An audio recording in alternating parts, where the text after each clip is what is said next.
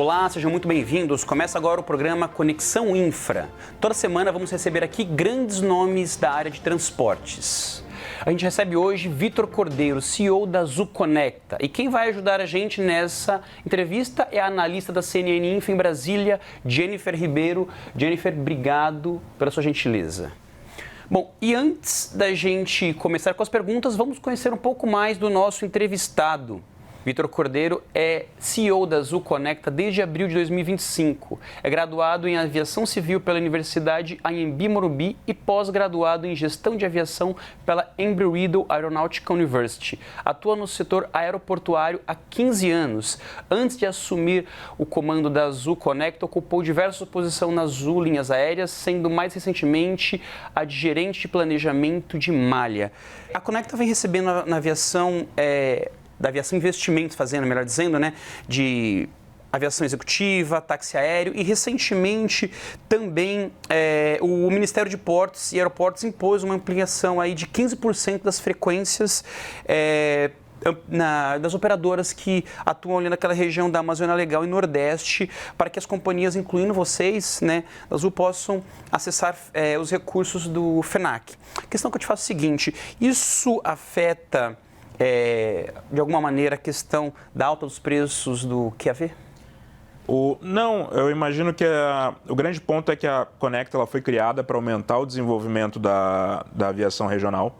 Então é uma iniciativa da Azul desde 2020, quando a gente já era a maior operadora regional com a Azul Linhas Aéreas, e depois a gente trouxe a Azul Conecta para chegar ainda em mais cidades e fazer mais conexões e trazer mais cidades para a nossa rede. Essa exigência do FENAC ela vai de encontro com aquilo que é o nosso plano de negócios. Então, quanto mais assentos, mais cidades, mais oferta a gente tiver, isso tem um impacto positivo no preço no sentido de redução de tarifas. Então, é mais opção, um preço mais acessível e maior conectividade para todas as pessoas, principalmente na região norte, que é tão carente, né? Não existem modais que substituem a aviação e o transporte fluvial, como existe, por exemplo, no Sudeste e em outras regiões do Brasil.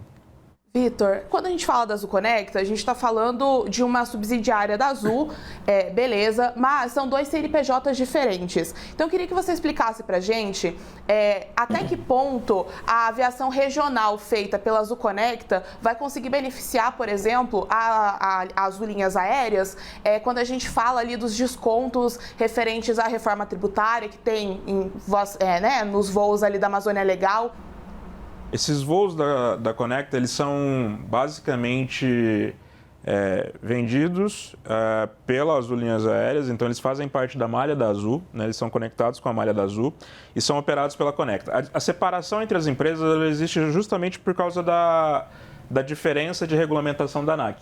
Um tipo de regulamentação para táxi aéreo, outro tipo de regulamentação para linha aérea, mas é uma unidade de negócio integral da Azul.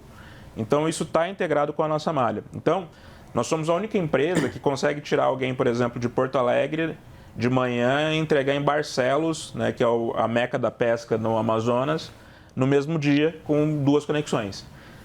Assim como a gente também consegue tirar uma pessoa de Breves e entregar em São José do Rio Preto, com algumas conexões, porque a gente está totalmente integrado com a malha da Azul. Então, a Conecta ela complementa toda a malha da Azul. Obviamente, a gente acaba também tendo os mesmos benefícios que a Azul tem, mas é que esses ajudam a financiar esses voos, né? Voos que eventualmente têm uma menor demanda, que tem algum tipo de dificuldade de acesso. Então, essa complementariedade ela é positiva para todo o ecossistema da Azul, né? A gente também tem, por exemplo, o fato da gente estar voando internacional, a gente consegue, por exemplo, via parceiros e também via a própria malha da Azul, trazer pessoas de fora e levar para o interior do país, que é super importante, né? A gente está falando aqui de locais que poucas pessoas conhecem, mas que tem uma atividade econômica muito significativa e que faz um impacto social muito grande. Então você pega, por exemplo, Aripuanã, no norte do Mato Grosso. É uma região super isolada que tem uma das maiores minas de ouro do Brasil. Então é uma possibilidade muito ampla que a Azul criou e é uma coisa muito única. Então acho que é muito positivo nesse aspecto. Você comentou sobre breves e recentemente vocês pararam de operar lá e também em um outro aeroporto por uma questão de infraestrutura. Então, eu queria que você trouxesse aqui pra gente quais são os desafios relacionados à aviação regional que a gente tem hoje no Brasil, além, claro, dos valores mais elevados. Eu acho que o desafio de breves é um bom exemplo. Acho que o desafio que teve, a gente suspendeu ali a venda porque houve uma liminar da ANAC solicitando a suspensão de operações e que depois já foi ajustado. Então o aeroporto entregou toda a documentação e tudo mais. Então, assim, esse é um grande ponto, né? A nossa infraestrutura, em alguns momentos, ela é muito desafiadora, principalmente na região norte. Então, para atingir os mínimos de segurança, entre outras coisas, demandam investimentos e são investimentos complexos. Então, por exemplo, como é que eu vou dar um exemplo numa cidade do interior do Amazonas que chama Coari, né, que é uma das maiores bacias de gás onshore do Brasil. Coari está em obra, eu acho que aproximadamente 3, 4 anos, né? Por que uma obra está demorando tanto para reformar a pista, terminal? Porque tem todo o desafio da Amazônia. Como é que você leva grandes máquinas se você não tem rodovia, por exemplo? Tem que ir de barco e tudo mais. Tanto é que a maior parte dos aeroportos do norte, ele a construtora oficial, por assim dizer, é um batalhão de engenharia da Força Aérea, que chama Comara. Então, assim, eu até brinquei recentemente que a Comara tinha que ser multiplicada por 10 para poder fazer mais obras. Mas é uma operação praticamente de guerra você conseguir colocar essa infraestrutura lá. Então, a gente está num caminho, acho que muito positivo de obras que vão melhorar o acesso das pessoas, né? Quanto mais infraestrutura a gente tiver, menos vai ser eventualmente um gargalo a partir do momento que a aviação continuar crescendo cada vez mais. Ano passado a gente já bateu o recorde do número de passageiros transportados no mercado doméstico. Então, a gente espera que nos próximos 10 anos, 15 anos, 20 anos sejam sempre recordes atrás de recordes. E a infraestrutura precisa acompanhar isso. Então, todas essas obras elas são muito bem-vindas e vão melhorar o ambiente para todas as empresas como um todo, né? Você comentou sobre essa questão de aumentar passageiros. A gente tem, por exemplo, um projeto de lei da cabotagem que ainda não foi aprovado, né, completamente, mas foi aprovado na Câmara. E eu queria falar um pouco sobre essa questão porque recentemente eu conversei com várias pessoas do setor e elas me disseram que o projeto muito provavelmente não vai atrair a quantidade de voos como, né, o previsto ali. Eles estão abrindo para que empresas internacionais possam operar nacionalmente aqui no Brasil, mas muitas pessoas do setor não veem isso como uma possibilidade. É aí que você me traz aqui que uma das formas de a gente ter um preço mais barato ali para a Amazônia Legal, ou enfim, para a aviação regional mesmo, mas aqui eu falo da Amazônia Legal, é justamente esse aumento de voos por ali. Então eu queria saber o que a Azul Conecta está vendo sobre essa questão. Nessa questão em específico, eu acho que a gente tem... São opções que estão sendo observadas, né? Então já existe esse mercado comum que empresas de outros países voam operações domésticas na Europa. Só que hoje eu vejo uma assimetria na competição. Então a gente tem uma carga tributária elevada, a gente tem um combustível que é um pouco caro. Então, no nosso entendimento, a gente não sabe se o mercado vai ser tão atrativo assim para esse tipo de operação. Tanto é que hoje é possível, por exemplo, uma companhia 100% de capital estrangeiro montar uma operação no Brasil. E a gente não tem essa situação ainda. A gente tem ali investimentos, na própria Azul, né, tem investimentos da United, da American, mas uma companhia 100% estrangeira ainda não há no Brasil. Então, eu acho que a gente tem que trabalhar para endereçar todos os problemas que a aviação e todas as dificuldades que a aviação tem hoje para se desenvolver. Eu acho que a pergunta a ser respondida é: como a gente pode colocar mais gente no sistema barateando as passagens, né? Então, assim, o que a gente precisa colocar, o que a gente precisa endereçar dentro da aviação para permitir? E infraestrutura é uma das primeiras coisas, do meu ponto de vista.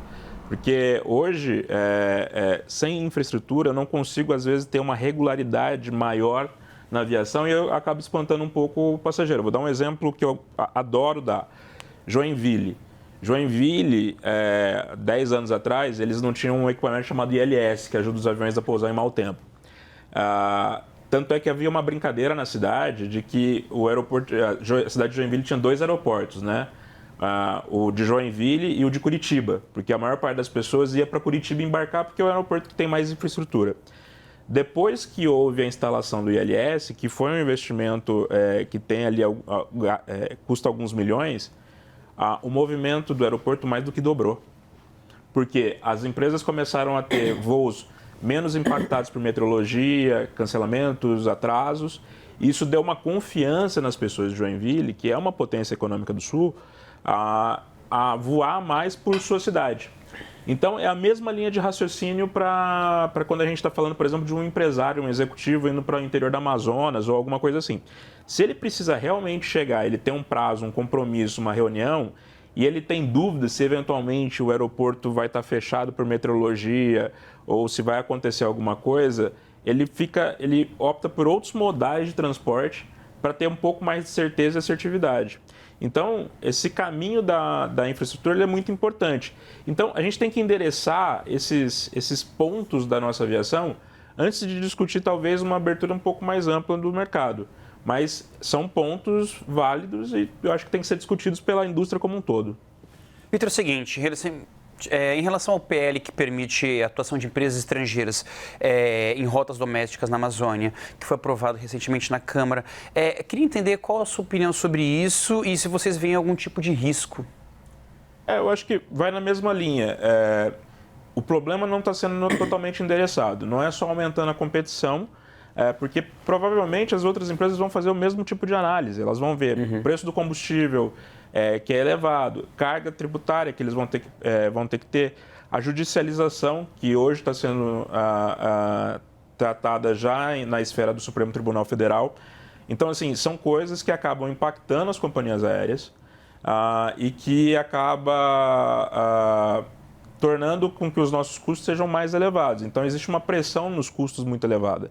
Né? Então, quando você pega, por exemplo, a situação nós somos um país pacífico. Né? Então, assim, você pega a situação que está acontecendo agora no Estreito de Hormuz, está tendo impacto no barril de petróleo mundialmente, por consequência, no combustível de aviação.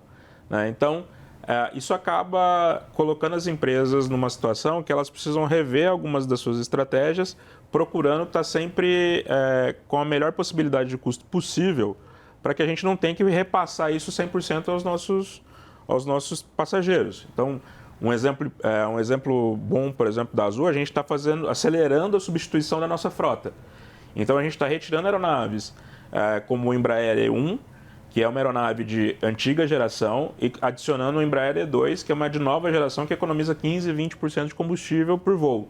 Então, isso é muito importante as empresas fazerem, a gente está tendo essa renovação de frota constante, e a gente espera que, tão logo toda essa situação se estabilize, a gente possa ter um horizonte de desenvolvimento cada vez um pouco mais claro para a gente. Essa troca aí de aeronave, ela é suficiente para que vocês não tenham um impacto muito elevado nos preços da passagem? Eu acho que é uma combinação, né? A gente tem um ambiente que a gente precisa balancear o preço do combustível com cotação de dólar. Eu diria que, por exemplo, o dólar já esteve num cenário de 6,50, 6 e alguma coisa. Hoje ele já está num cenário um pouco mais na casa dos 5,20. Então, o dólar deu uma aliviada ao mesmo passo que o combustível subiu. Então, ultimamente a gente tem trocado. Uma hora a gente está aqui no dólar, que está impactando, depois é o combustível. Então, nessa gangorra, a gente tem tentado encontrar um ponto médio para diminuir o impacto aos passageiros. E uma das coisas que a gente entende que faz muito sentido é a gente trazer novos modelos de aeronave. Então, no caso da Azul, a gente falou do E2, no caso da Connect, a gente trazer o Sky Courier, né? Então, que é uma aeronave de 19 assentos. Então, a gente tira um avião de 9 assentos, né, que tem toda uma estrutura por trás, que você tem que o custo por assento é dividido por 9 passageiros, passa a ser dividido por 19. Por ser dividido por 19, eu consigo ter tarifas unitárias mais baratas. Então, isso é uma forma da gente tentar continuar desenvolvendo o mercado e acessar ainda mais capacidade, adicionar ainda mais capacidade no mercado. Vitor, a gente volta novamente conversando contigo. O Conexão Infra faz um breve intervalo e voltamos daqui a pouco.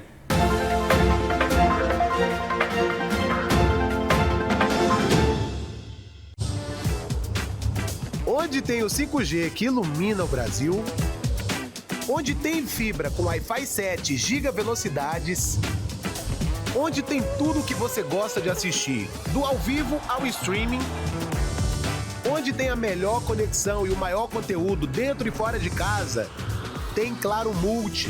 Onde tem você, tem Claro.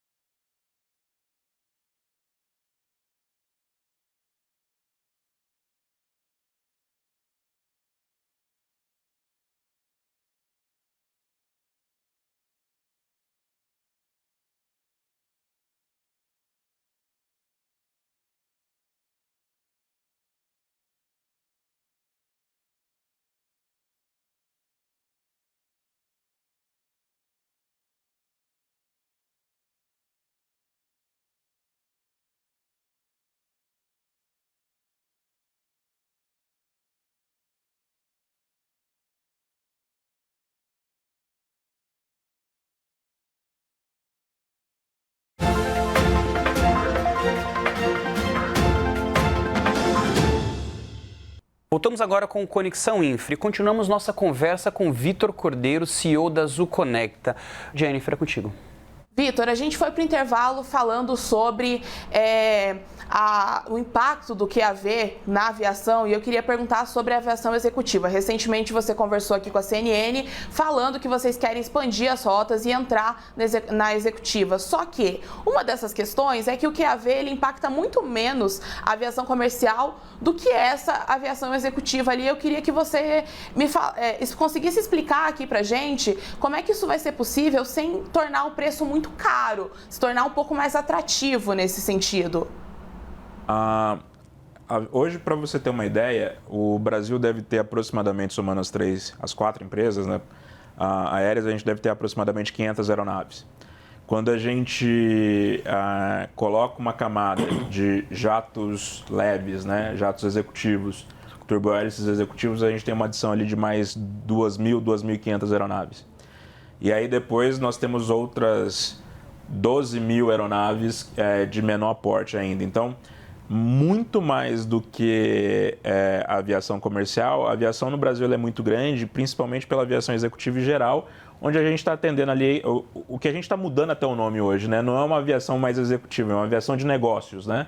Que geralmente são empresas que usam suas aeronaves para levar funcionários. Tanto é que a maior parte dessas viagens não é nem com o proprietário ou com o senior management das empresas, e sim com o mid-level de pessoas que estão indo abrir obras, acompanhamentos, engenheiros, entre outras coisas. Então, essa é um grande mercado que a gente quer entrar, né? Hoje não existe um líder nato e a gente entende que a capacidade da Azul conseguiria baratear esse segmento e dar uma maior permissibilidade para as pessoas. Então, vou dar um exemplo. A gente consome alguns milhões de litros, bilhões de litros de querosene de aviação por ano. Então, comparado com um operador privado, eu tenho preços muito mais acessíveis do que ele. E como combustível é uma das maiores proxies de custo, a gente consegue baratear isso se a aeronave estiver sob o gerenciamento, se estiver sobre a operação da Conecta. E aí tem outras coisas como treinamento, seguros. Então tudo que a gente pode... A aviação é um mercado de capital intensivo. Tudo que a gente consegue fazer em maior quantidade, a gente consegue ter custos unitários menores. E a gente permite ter um acesso muito maior. A gente tem que ter orgulho, né? A Embraer, por exemplo, é a fabricante do jato executivo mais vendido do planeta já há 15 anos, 20 anos já, que o Phenom 300 é o avião mais vendido. Então, a gente tem um DNA, a gente tem produto para desenvolver ainda mais, porque essa aviação ela vem para complementar a comercial. Então, a comercial ela acaba tendo, nas suas restrições, o fato de você ter o voo marcado, agendado em determinado horário, né, que você tem que se apresentar no aeroporto 1 hora antes e tudo mais. Na aviação executiva, não. Na aviação executiva, o avião está ali te esperando. Então, você dá uma flexibilidade. Tanto é que a gente vende que não é uma... A gente não está vendendo ali luxo nem nada, mesmo porque a maior parte dos aviões executivos eles não são tão luxuosos assim. Existem os grandes aviões, sim, mas a maior parte da frota ela é menor, ela não é tão luxuosa assim. A gente vende o tempo. Então, a possibilidade de você pegar uma aeronave, sair de manhã, ter uma reunião no Mato Grosso do Sul, depois ter uma reunião em Tocantins e voltar e dormir em casa em São Paulo ainda. Vitor, é o seguinte, após o contrato firmado com a Petrobras, os aviões que irão operar o contrato devem ficar ali baseados em Manaus. Como vocês pretendem dividir as operações das executivas e das comerciais? Então, vai acontecer da seguinte forma, a gente fechou um contrato muito grande com a Petrobras, né? Então a Petrobras ela tem uma base de exploração de gás e petróleo no interior do Amazonas, que é uma operação fantástica, né? Porque ela é praticamente net zero na emissão de gases poluentes, então, e ela atinge mais de 80%, 90% das casas na região norte do país com gás. Então, é uma operação muito grande e que precisa muito da mobilidade aérea. Então, a gente vai fazer parte de um contrato combinado com a Azul e a Azul Conecta para fazer essas operações de transporte desses funcionários da Petrobras. Esses novos aviões que nós estamos trazendo, o Sky Courier, ele vem para mudar o patamar da aviação regional brasileira. Então, quando você pega, por exemplo, o primeiro avião que foi fabricado pela Embraer foi um avião de 19 assentos, que era o Embraer 110 Bandeirante, né?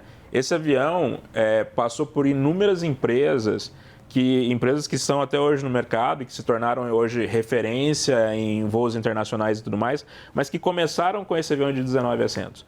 E nós estamos resgatando isso, só que com um avião totalmente moderno, de um projeto de 2020. Então, é uma aeronave com toda a tecnologia, conforto, qualidade, e que vai permitir com que a gente desenvolva ainda mais o transporte. Então, a gente sai de um avião de 9 assentos e vai para um avião de 19 assentos, né? E essa divisão entre aviação comercial e executiva, ela vai existir meio que a gente consegue usar o avião para as duas coisas. A gente consegue usar esses aviões para atender a Petrobras e, ao mesmo par, a gente vai conseguir, por exemplo, fazer voos para Lábrea, para Irunepé, para cidades que estão no interior do Amazonas, né? Você falou aí sobre a questão do Sudeste. Explica pra gente, dá mais detalhes, então, como é que seria isso? Quais são essas oportunidades? Aqui no Sudeste, a gente tem é um local que tem uma competição muito grande, né, os modais. Então, a gente fala que a gente compete, né, com o modal rodoviário, modal aéreo. Então, você tem ônibus, você tem carro por aluguel, carro por aplicativo. Então, as pessoas optam por vários tipos de transporte. Mas, se você estiver fazendo viagens individuais, às vezes o modal rodoviário acaba sendo mais caro do que uma passagem aérea. Então, se você estiver numa viagem individual, o avião ele se torna uma opção muito atrativa. E a gente tem já a maior malha, por exemplo, do interior do estado de São Paulo, do interior do estado de Minas. E agora existem algumas iniciativas que os estados estão procurando desenvolver, notadamente Santa Catarina é um deles, com a possibilidade de criar ali uma malha muito mais extensa e muito mais densa, né? Com alguns tipos de incentivo e com a promoção do estado para incentivar os passageiros a voarem. Então, o Sudeste, como a gente tem, o Sudeste, o Sul, o Centro-Oeste, como tem a maior número de população, por assim dizer, a gente tem, digamos assim, ainda mais oportunidades de pares de cidades que a gente pode conectar. O grande ponto é que a gente tem que encontrar uma forma viável, e isso vai do equipamento, das frequências e tudo mais, para que a gente crie uma operação sustentável. E o máximo possível a gente quer sempre conectar isso com os hubs, tá? Porque aí a gente consegue, a gente não está falando mais de ligar A com B, a gente está falando de ligar A com o resto do mundo, né? Então, onde a aviação chega, aquela cidade, aquela sociedade, ela é impactada positivamente pela aviação. A gente tem um exemplo bem interessante. A gente fez um estudo interno de todos os anos em que o Brasil teve retração de PIB. Cidades que tinham transporte aéreo ou não tiveram retração ou tiveram uma retração menor do que a média das outras cidades. Então, isso prova que a aviação ela é necessária e que ela ajuda a ser um indutor do desenvolvimento das cidades. Então, quanto mais cidades a gente tiver, quanto mais voos a gente fizer, melhor vai ser para toda a sociedade, para todo o Brasil como um todo. Mas ainda dentro disso que a Jennifer perguntou, há planos de novas rotas comerciais em discussão? Quais são as regiões aí que têm maior interesse e apetite da empresa? A gente tem Minas, por exemplo, agora a gente vai iniciar as operações nos próximos meses para Diamantina e São João del Rei, que são cidades históricas, né, que têm uma capacidade turística muito grande. E que vão fazer parte da nossa malha. Então agora a gente vai conseguir acessar, por exemplo, pessoas que eventualmente tinham que usar o transporte, fazer transfer, né? Tinha muita gente que viajava para essas cidades a partir de Belo Horizonte, então faria Belo Horizonte, pega um transfer, vai, passa o dia na cidade, depois volta. Agora com o advento do transporte aéreo, elas vão poder, por exemplo, ir de avião, ficar um dia inteiro, aproveitar ao máximo, voltar no outro dia, então você amplia, por exemplo, a cadeia de hotéis, restaurantes, entre outras coisas. Então, essas são as próximas novidades, mas a gente está sempre procurando desenvolver cada vez mais cidades. Então, idealmente, nos próximos meses, a gente deve fazer novos anúncios, coisas que a gente está negociando, para conseguir chegar nesse objetivo das 200 cidades, né, que é muito importante para nós. 200 cidades de qual horizonte? Espero que até 2030, pelo menos, porque a gente tem hoje, na malha da Azul combinada, a gente tem aproximadamente 148 cidades sendo operadas, então faltam 52, então com Diamantina e São João, 150 cidades, então vão faltar 50. A Conecta sozinha ela é responsável por 50 cidades, né? E a ideia é que a gente consiga ampliar isso nos próximos anos com a chegada de novos aviões e também com a infraestrutura sendo desenvolvida para a gente poder acessar. Além desses aviões novos e dessas novas rotas, quais são as perspectivas da Azul Conecta para os próximos anos? A nossa perspectiva é se tornar um grande provedor de serviços para a aviação como um todo, né? Então, a Conecta tem no seu core business o transporte aéreo para as regiões que não conseguem ter o acesso de aviões maiores, de jatos. Então, esse é o nosso core business e sempre vai ser. Mas a gente quer muito firmemente trabalhar com a aviação executiva, prestação de serviços, porque a gente entende que a gente tem a gente vai ajudar o desenvolvimento ainda mais e o dinamismo ainda mais da nossa economia. Então, nos Estados Unidos é muito comum uma determinada classe ou empresas de médio porte já terem seus aviões para poder ter um deslocamento mais rápido de executivos, desenvolvimento e tudo mais. No Brasil ainda tem aquela percepção de que é extremamente luxo, quando ela não é, né? Ela é acesso, ela é velocidade, ela é para trazer investimentos, né? Então a gente tem a possibilidade de fazer isso, o nosso horizonte é desenvolver isso e se tornar um grande táxi aéreo no Brasil, né? Aglutinando aí tanto a demanda comercial como a demanda de aviação executiva. Bom, e o Conexão Infra chega ao fim. Na próxima semana voltamos com mais um convidado na área de transportes. Forte abraço, boa noite e até mais.